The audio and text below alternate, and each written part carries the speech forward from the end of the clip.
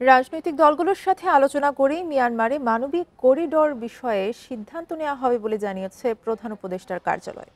বিশ্লেষকরা বলছেন, হুট করে এ ধরনের কোনো সিদ্ধান্ত নেওয়া হলে সেটি দেশের জন্য ক্ষতিকর হবে।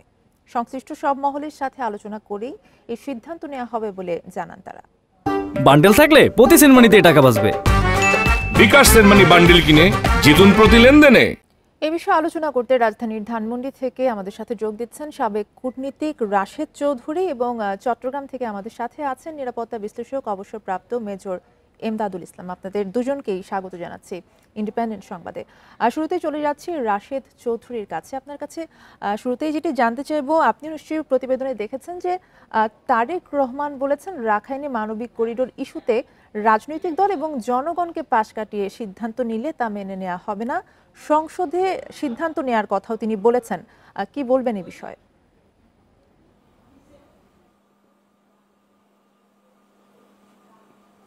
অবশ্য উনি যেটা বলেছেন, আমি সকালে ইন্ডিপেন্ডেন্টের যে করেসপন্ডেন্ট আসছিল ইন্টারভিউ করতে, আমি এক্স্যাক্টলি এই কথাই বলেছি যে জাতীয় কনসেনসাস হতে হবে, পলিটিক্যাল পার্টির সঙ্গে আলোচনা করে তারপরে সিদ্ধান্ত নিতে হবে।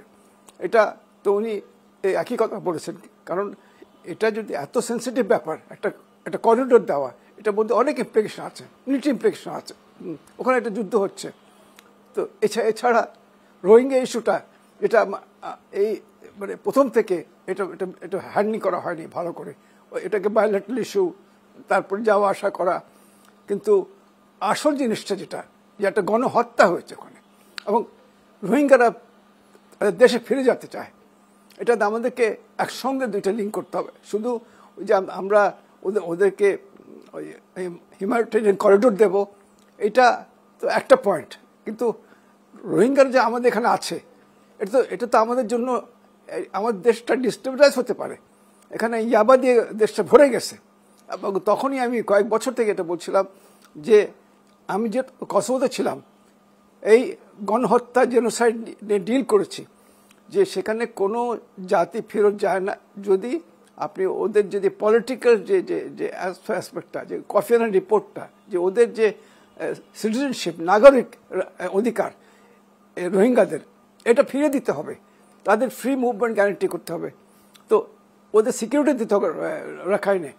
তো এগুলো অ্যাড্রেস না করে শুধু আমরা বলছি যে হ্যাঁ তোমরা পিসফুল ওয়েতে চলে যাবে, এটা ওটা। তো এখন সুযোগ আছে আমাদের, যখন ওরা আবার এই নতুন এনেছে, আমাদের সেক্রেটারি জেনারেল সাহেব, ভালো কথা। এটা তো আমাদের বন্ধু, বড় বড় বন্ধুদের, ওনাদের ইচ্ছা, আমরা এটা রাজি হয়েছি। আমাদের কোনো ইয়ে না, একটা কন্ডিশন কিছু আছে, যদিও এটার সঙ্গে আমাদেরকে এখন লিঙ্ক করতে হবে যে ঠিক আছে আমরা এটা রাজি হলাম হিউম্যানিটেরিয়ান কিছু। জনাব রাশেদ চৌধুরী, আপনার কাছে আবারও ফিরবো এই প্রসঙ্গে। আমাদের সাথে মেজর এমদাদুল ইসলাম আছেন, তার কাছে একটু জানতে চাইবো যে মানবিক করিডোর নিয়ে আসলে বিএনপি সহ বেশ কিছু রাজনৈতিক দলগুলোর পক্ষ থেকে বলা হয়েছে যে এটি দেশের সার্বভৌমত্বের জন্য হুমকির কারণ হতে পারে। আপনি কি বলবেন এই বিষয়ে? ধন্যবাদ। আসলে এটা যথার্থই বলছেন রাজনৈতিক দলগুলো, কারণ একটা সার্বভৌম দেশ একটা নন স্টেট অ্যাক্টরের সাথে এখন এখানে সম্পর্ক করতে যাচ্ছে, এবং মধ্যখানে জাতিসংঘ সঙ্গের কথা বলা হচ্ছে। কোনো অবস্থাতেই বলা হচ্ছে না যে কি কি শর্ত, কি এখানে কে গ্যারান্টর হবে, কাদের সাথে এই সাহায্য কার কাছে পৌঁছবে। কারণ দীর্ঘদিন থেকে সেখানে রোহিঙ্গারা নানা ধরনের সংকটের মধ্যে আছে। 2012 সাল থেকে রোহিঙ্গারা কিন্তু বিশাল একটা অংশ, প্রায় 2.5 লক্ষ রোহিঙ্গা সিটুয়ের উপকণ্ঠে বসবাস করে। তাদের জন্য কখনো কিন্তু এই মানবিক সাহায্যের কথা বলা হয়নি।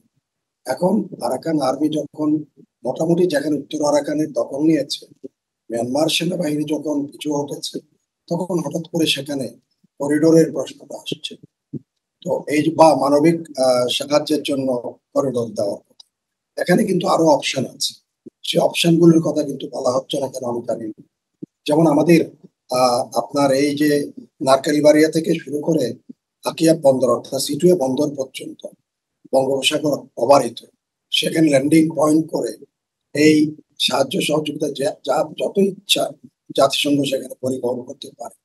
কিন্তু আমাদের মাধ্যমে হলে যে ঝুঁকিটা থাকবে সেটা হচ্ছে, মিয়ানমার যদি কোনো কারণে তারা যদি এখানে এই বন্দোবস্তে তারা যদি শরিক না হয়, তাহলে সেটার উপরে তারা যে কোনো সময় আক্রমণ বা প্রতিশোধ নিতে পারে।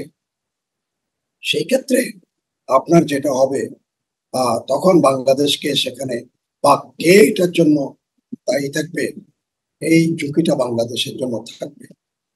কাকে, মায়ানমার সেনাবাহিনীকে যদি প্রতিরোধ করতে হয় বা যদি তারা কোনো অ্যাকশন নেয়, তার উপরে যদি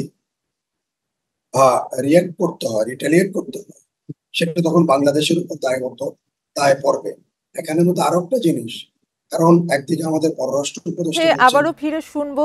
আমি আরো একবার জনাব রাশিদ চৌধুরীর কাছে যেতে চাই এবং প্রধান উপদেষ্টার প্রেস সচিব বলেছেন যে রাজনৈতিক দলের সাথে আলোচনা করেই করিডোরের সিদ্ধান্ত নেওয়া হবে। আপনিও কি এই বিষয়ে একমত কিনা?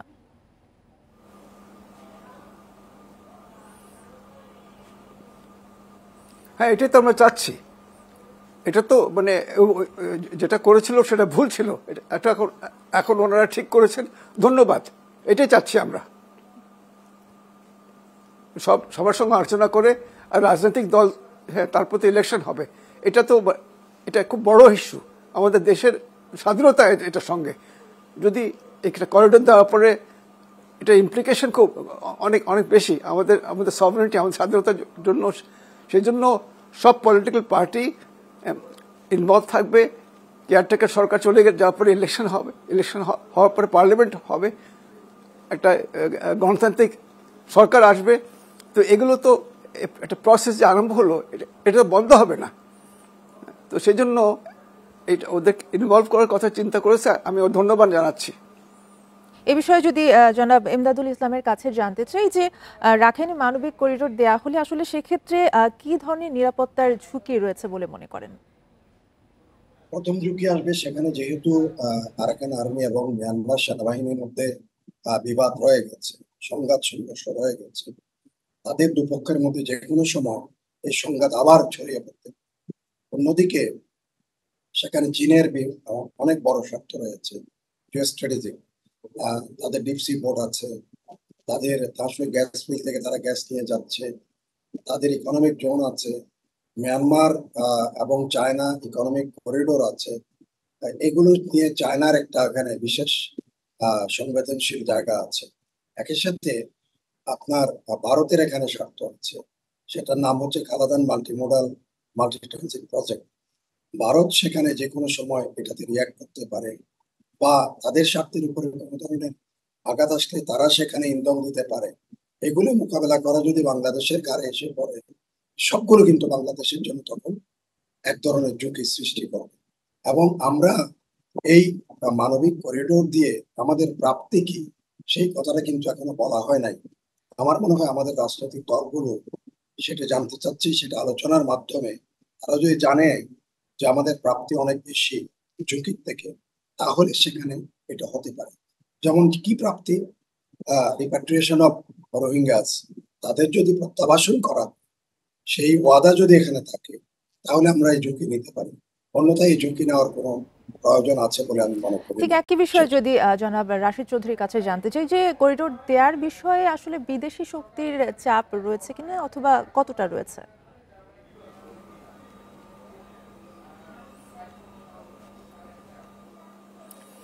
না, বিদেশি শক্তি তো আমাদের প্রত্যেক সিদ্ধান্তের মধ্যে, বড় বড় সিদ্ধান্তের মধ্যে, এটা তো আমরা মেনে নিই যে মানে আমরা সুপার পাওয়ার হচ্ছে সবারই নেবার, আমাদেরও নেবার। তো এটা আমরা ডিপ্লোমেট, আমরা জানি এটার মধ্যে। আমাদের জনগণ এখন জানে যে এটা হঠাৎ হয়নি, এটা নিশ্চয়ই একটা বড় সুপার পাওয়ার আছে এর মধ্যে, অথবা বড় বড় শক্তি আছে, ওরা চাচ্ছে। কিন্তু এখন আমাদের জাতীয় স্বার্থে কি করানো উচিত?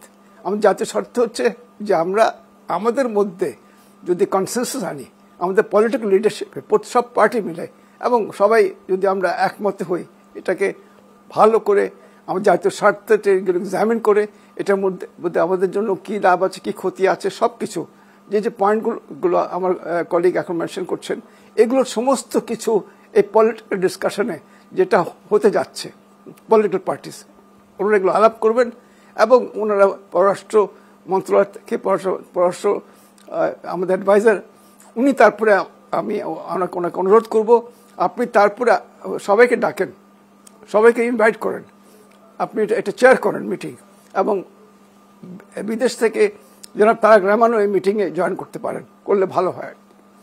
তাহলে আমরা এটাকে, আর আমাদের আর্মি কমান্ডার উনিও থাকা উচিত, কারণ এখানে হ্যাঁ বলেন। জি, মেজর এমদাদুল ইসলামের কাছে জানতে চাইবো যে বিশ্বে যেসব দেশে এই ধরনের করিডোর দেয়া হয়েছে সেসব দেশের অভিজ্ঞতা খুব একটা ইতিবাচক নয়। এক্ষেত্রে আসলে অন্য সব দেশের অভিজ্ঞতা বা এই সব বিষয়গুলো বিবেচনা করা জরুরি বলে মনে করেন কিনা? একদম যথার্থই বলেছেন যে পৃথিবীর যেখানেই করিডোর সৃষ্টি হয়েছে সেখানে নানা ধরনের বিবাদ বিসংবাদ হয়েছে। করিডোরের কারা দায়িত্ব পালন করবে, কারা সেখানে আনটওয়ার্ড সিচুয়েশন সৃষ্টি করবে, সেটাকে দায়িত্ব নিবে, এগুলি নিয়ে অনেক ডিসপিউট হয়েছে। ইভেন কি বসনিয়াতে যেটা বিহাজে যে এরকম ধরনের করিডোর ছিল, সেখানে মধ্যে বাংলাদেশ সেনাবাহিনীকে হস্তক্ষেপ করতে হয়েছে বহুবার।